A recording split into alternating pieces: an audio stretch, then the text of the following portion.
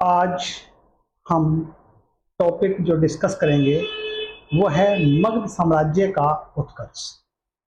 जो civil service और PCS अन्य सामान्य अध्ययन परीक्षा कोई भी हो उसके लिए महत्वपूर्ण है। देखिए, अब इसमें देखिए, अगर हम जो है मगध साम्राज्य की बात करते हैं, देखिए मगध साम्राज्य का उत्कर्ष। अब मगध साम्राज्य के उत्कर्ष के अंतर्गत देखिए, हर्यक वंश से पहले बृहद्रथ वंश का शासन मगध पर था। कौन शासन का किसका था? बृहद्रथ वंश का। यहाँ इस वंश में जो कुछ राजा हुए हैं, जैसे बृहद्रथ की बात करते हैं, जरासंध और रिपुंजय, ये शासक इसमें हुए। वहीं पर देखिए उसके बाद जो है हर्यक वंश। हर्यक वंश जो है मतलब जो है जिसका शासन काल जो है वो 544 से 412 है। हर्यक वंश की बात करते हैं हम जो है।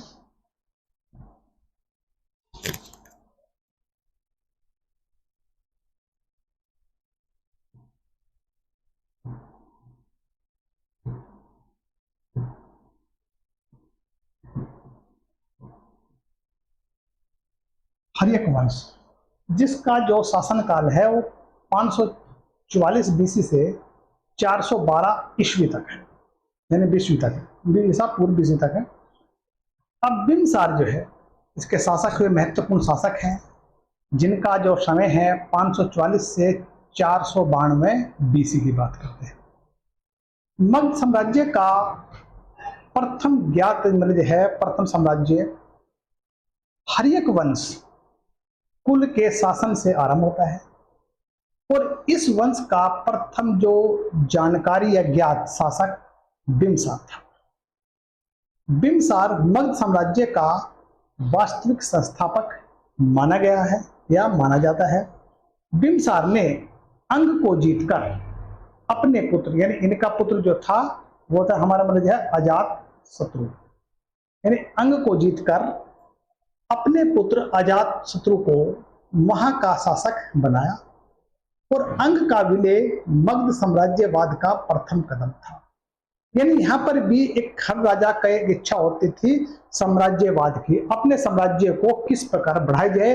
कोई भी राजा अपने साम्राज्यवाद को बढ़ाने के लिए भरसक प्रयत्न करता था, साम दाम दंड भेद सब अपनाता था।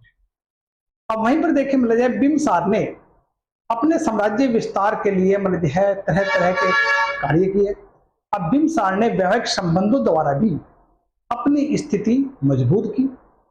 उसकी प्रथम पत्नी जो है, किसकी? बिम्बसार की जो है प्रथम पत्नी जो है कौशल देवी, जो कौशल राजा के प्रसेनजीत की बहन थी, उसी की मतलब जो है बात करते हैं, जिसे उसे काशी का राजस्व प्राप्त होता था।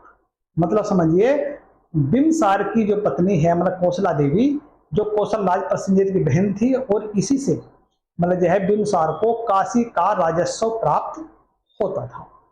दूसरी पत्नी जो थी चेन्ना, चेन्ना जो थी लिच्छवी राजकुमारी थी, यानी हम कह सकते हैं कि चेटक की बहन थी। तीसरी पत्नी खेमा पंजाब या मद्र की राजकुमारी थी। अब देखिए मतलब जो है वैवाहिक संबंध से भी इन्होंने अपनी स्थिति को मजबूत किया और साम्राज्यवाद विस्तार में भी अहम भूमिका निभाई। वहीं पर देखिए मत्स्य पुराण में बिम्बसार को अक्षेत्रजस या जैन साहित्य में श्रेणिक कहा जाता है। गंधार के राजा पुष्कर सारी बिम्बसार के मित्र थे। उसने बिम्बसार के दरबार में दूत भेजा। मगध की प्रारंभिक राजधानी गिरिव्रज थी, लेकिन लिच्छवियों की बढ़ती शक्ति के कारण बिम्बसार ने उत्तर की ओर राजगृह में अपनी नई राजधानी बनाई। मगध की जो आरंभिक राजधानी जो है वो वसुमती या गिरिव्रज थी, जिसकी स्थापना वसु ने की थी। इसे कुसार गांव भी कहते थे। बिम्बसार ने पहली बार मगध की सुदृढ़ शासन व्यवस्था की नींव डाली और उसके साम्राज्य 80,000 गांव थे, यानी साम्राज्य में 80,000 गांव शामिल थे। अब इसके बाद हमारे जो नए शासक आते, दूसरे शासक वो आते हैं हमारे अजात शत्रु। अजातशत्रु में देखिए 492 से 460 ईस्वी की बात है। अजातशत्रु अपने पिता बिंबिसार की हत्या करके, यानी अजातशत्रु मगध का शासक बना। देखिए प्रथम, कई बार बहुत बार क्वेश्चन आता है, प्रथम शासक का नाम बताए जो अपने पिता की हत्या करके साम्राज्य पर बैठता है। हिंदू शासक की बात हो रही है। यहां पर देखिए अजातशत्रु जो था अपने पिता बिंबिसार की हत्या करके मगध का शासक बनता है, और कुणिक भी अजातशत्रु का ही नाम था। अजातशत्रु ने वज्र संघ और काशी को मगध साम्राज्य में मिलाया। अजातशत्रु के जो मंत्री हैं वास्कर ने वैशाली लिच्छियों में फूट डाल दी, जिससे वज्र संघ को जीतने में बहुत आसानी हो गई अजातशत्रु को। अजातशत्रु के एक अन्य मंत्री थे सुनीत था। वहीं पर देखिए वज्जी को जीतने के बाद, यानी वज्जी को जीतने के बाद अजातशत्रु ने रथ मूसल महाशिलाकंटक नामक अस्त्रों का प्रयोग किया। जैन ग्रंथों के अगर माने हम, जैन ग्रंथों के अनुसार जो है बात है, देखिए बिंबिसार के लिच्छवी राजकुमारी से उत्पन्न दो पुत्र हल और बेहल के कारण ही अजातशत्रु ने वैशाली से युद्ध किया। लिच्छवियों की सुरक्षा के लिए अजातशत्रु ने राजगृह का दुर्गीकरण कराया। वहीं पर देखिए अजातशत्रु व कौशल राज प्रसेनजीत के बीच काशी को लेकर युद्ध हो गया। इसको लेकर काशी को लेकर युद्ध हुआ। बाद में प्रसेनजीत ने अपनी पुत्री वजीरा का विवाह अजातशत्रु से कर दिया और काशी के गांव दहेज में अजातशत्रु को दे दिया। भाष्य के अगर माने तो भाष्य के अनुसार अजातशत्रु की पुत्री पद्मावती का विवाह वत्सराज उदयन से हुआ। अजातशत्रु के शासनकाल में बुद्ध को निर्वाण प्राप्त हुआ और राजगृह में सप्तपर्णी गुफा में प्रथम बौद्ध संगति का आयोजन हुआ। यहाँ पर देखें मैं अजातशत्रु के टाइम में ही मतलब जय बुद्ध को निर्वाण प्राप्त होता है और राजगृह में सप्तपर्णी गुफा में बुद्ध की प्रथम संगति का आयोजन होता है, जो अजातशत्रु के समय में होता है। अजातशत्रु की हत्या उसके पुत्र उदयन ने कर दी। देखिए सीधी सी बात है, अजातशत्रु बिंबिसार की हत्या करता है, उदयन जो है अजातशत्रु की हत्या करते हैं। जैसे कहते हैं जैसे को तैसा। वहीं पर देखिए उदयन का जो शासनकाल था वो 460 से लेकर 445 बीसी तक था। उदयन ने गंगा और सोन नदी के संगम पर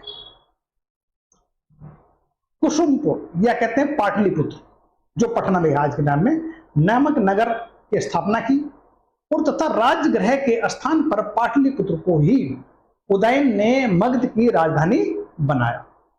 उदयन जैन धर्म को मानने वाला था और एक राजकुमार ने जैन साधु के भेष में धारण करके उदयन की हत्या कर दी।